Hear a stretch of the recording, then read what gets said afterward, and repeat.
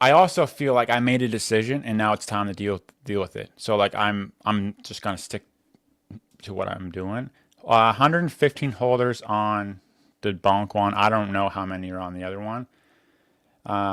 When I pivoted from Pump to Bonk, the token was at like literally 8K market cap with under 100 holders, and people went crazy. Like literally, I had to block and mute so many people because they were just writing threads about how much of a scammer I was. Even though I spent all this money and airdropped a ton of people, I couldn't get everyone. It would just costed too much. Like I didn't have that kind of funds. So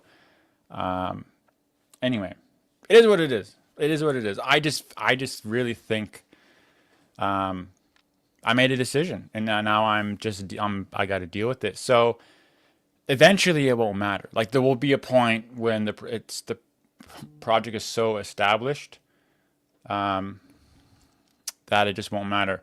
It's crime season. Personally, I think Pump is better set up for the long run. I do too.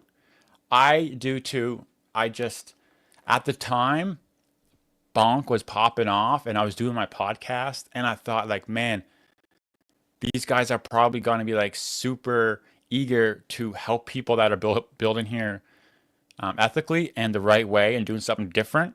So I was like, I'll probably be able to get one of these guys on the podcast, which would be really good for the token and the project at large and awareness. Like this seems like a chance for us. Didn't happen. So now this is where we are.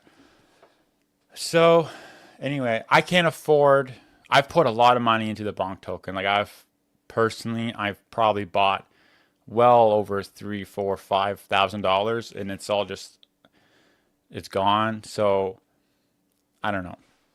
I don't know.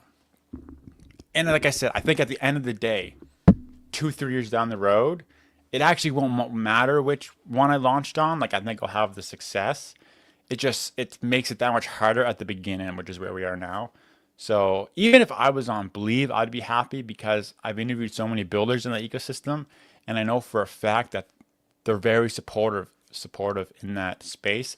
Even if there was like a Bonk group chat that had a lot of the big dogs in it who could help you, like not even help you, like not put you on, but just like advice, like here's what we would do, or this is the stuff that we're dealing with, and this is what's coming, like just like some kind of support, right? Which is what they have on Believe, which is awesome. So I think that's really nice. But anyway, so the reason I came on live today was not to complain and rant and feel bad for myself. It was actually to create some content using AI, because here's the thing. I think a lot of people are not, and I think this because it was me like a week ago, I think people aren't really utilizing AI to its potential. Like you read about like prompt engineering, buzzword, I guess you could say. But if you actually learn about it and implement it, dude, like the first time I used ChatGPT, it was a moment of like, whoa, this is crazy. And then when I saw VO3 videos for the first time, it was like, whoa, this is seriously crazy. And then the first time that I did a prompt engineer, like I engineered a prompt and get the response, I was like, whoa. So there's been like these 3 moments for me that were like game changers, literal game changers. And I'm telling you right now, if you set up a project in ChatGPT and then you prompt engineer it in the instructions, it's crazy. It's actually crazy. And the level of sophistication you can get with it is boundless only to your own capabilities. Like there are actual Harvard or Stanford, scientists using this strategy that has allowed them to actually fire people that worked with them because they got it to a point that it could analyze data better than a human and way faster and accurately, which is just so crazy. Crazy. So I wanted to dive into that. And like, I'm not saying I'm the king at it. Like I'm learning this myself, but it's like, oh, just in my business alone, it's made my business way more efficient. New strategy, content, like it's just crazy. So I wanted to just break down the concept for you here. So basically, before this week, if you went to my ChatGPT, it was just a whole bunch of random chats. Okay, there was no organization to it. Just like I would open up, type something, get a response, close it. Whatever. That worked fine. I paid for it. It was cool. And then what happened? I actually don't know what happened. I actually don't know what happened. For some reason, I got lucky in the sense that I stumbled upon prompt engineering in the right light, and I did it for some reason. Like, I don't know what made me do it, but I did it. And let's just go. Let me share my screen here. So, like, let's go down here to Wheelworks, bundle, and save. So, let me see if I can get the actual project up. Okay, so instructions. So this is just an idea for business. Now you can take this exact same prompt and make it way more sophisticated and 10 times better. But anyway, so I created a new project for Wheelworks, that's my company. And I wrote in, act as a business strategist with 20 years experience, scale and small service business into national brands. Give me advice in a 3-part breakdown. 1, key principles. 2, step-by-step execution. And 3, common pitfalls. Also give me advice you'd only share if I was paying you $10,000 for private consultation. Before answering, ask yourself, would this advice blow away Gary Vee or Alex Hormozi? If not, go deeper. Always challenge your first draft, refine it, and give me the final refined version. So I would give that prompt out of 10 like a 4.5. And the reason I say that is that you can get them so much better, so much better.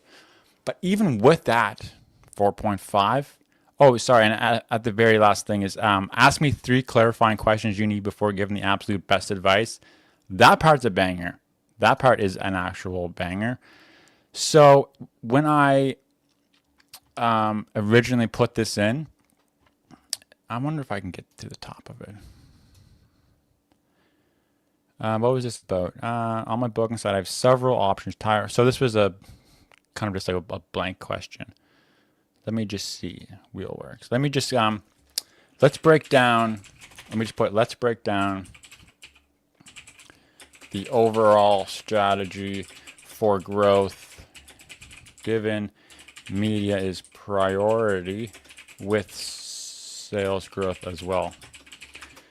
So basically, what I'm thinking, and like through talking to this tool, it's brought me to this path where it made me realize that like maybe scaling to commercial space isn't really what I want, but maybe it's a balance of like basically my tire shop is a media studio and the content is a byproduct in a sense.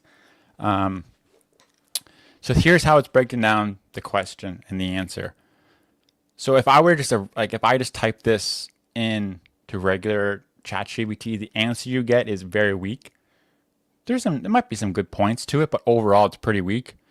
But this is going to break down like a very comprehensive plan to do that. And then it'll ask you 3 questions after that will make the answer even better. On YouTube, we have It Sounds Like Magic. It does sound like magic, and it is magic. It's crazy. So this will basically, like, I'm not going to read this whole thing. As you can tell, it's quite extensive, but it's breaking down like a very comprehensive strategy. And common pitfalls, that's nice. Content inconsistency, posting a burst and going silent, momentum dies fast, very true. Overselling in media, if every post is booked now, you blend in with boring competitors, also true. Like, this is really good insights. Not tracking conversion, viewers without bookings are just vanity, always ask which content brings in customers. Great freaking analysis. Scaling too early, jumping into a commercial space without consistent 12-month booking pipeline. Gold. That is very good advice. 10K private insight. Don't think of sales and media as 2 lanes. Media is the sales system. Here's the trick most miss. Every video should have a silent CTA baked in. Instead of book now, it's a show the problem, show the solution, layer an urgency. I mean, that is just, yeah, that sums it up really well. So, yeah. So I was thinking, okay, I'm on here working. Why don't I just go live? So that's what I'm here. The first time on Kick. So if anyone's on Kick, that's pretty cool. I appreciate you for showing up there for the very first stream on Kick. The Bonk ecosystem has partnered with them. So there we are. We're on Kick now. Before I turn this into a 24-month battle plan, I need to clarify three things from you. And these are all very good questions. Like, what do you want the media brand? Do you want the media brand to stay local first or expand wider? Definitely, I think local brands are hugely underrated. So I definitely want to dominate local first. What's the ideal outcome of 24 months? That's a great question. I think for me, it would be partnerships, brand deals. How aggressive are you willing to go with paid ads, collaborations? Very hard, I would say. So those are three really nice questions that I can answer to get even better response. So this is a great example of prompt engineering to actually give yourself an advantage. And you can do this for whatever it is you're working on. So if you're a content creator, business owner, if you're in sports, like whatever, just literally talk to ChatGPT to figure out what prompt engineering is and how you can best make one for yourself. There's courses on it. There's YouTube videos. There's a million things. So my job here is just to bring the concept and an idea to you and tell you that it works. And then your job is to go out and make it happen. So that's where we're at. So I need to go make some content for the shop. So let's go to content creation and let's call this one content ideas. And let's say I need some original and funny dad jokes that take, we'll call it 10 to 20 seconds. And then I need some other ideas that fall into our content pillars. So let's see what kind of, I kind of forget the engineering I made for this one. So I don't know the quality here. But if it's crap, that's like, okay, I got to tweak this, figure out what's wrong with it and make it better. Here are some fresh ones you can deliver straight to the camera with dry humor. I am very full of dry humor. That is fair. Why don't tires ever get lonely? Because they always come in sets of 4. I mean, unless you drive a unicycle, then it's just sad. That's like, I'll use that. That's fine.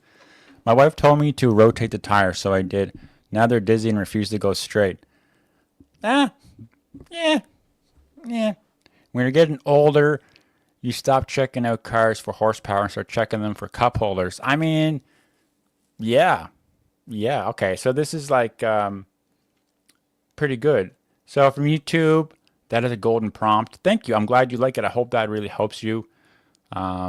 Feel free to use it, tailor to yourself, and make it better. So that's what I'm here for. My buddy asked if I could patch his tire for free. I said sure, but the jokes aren't free. You got to pay in laughs. Oh man, see, I don't know about that. So anyway, guys, I'm sorry. This was just 20 minutes. So I'm currently live on YouTube, X, and Kick. First time on Kick. So head over there if you like Kick and subscribe. I only have, let's see, 3 views on Kick, guys. We got 3. The first 3. You got to start somewhere. And it's just Chris Lyons on Kick. So that's surprised I was able to pick up that username. We like that.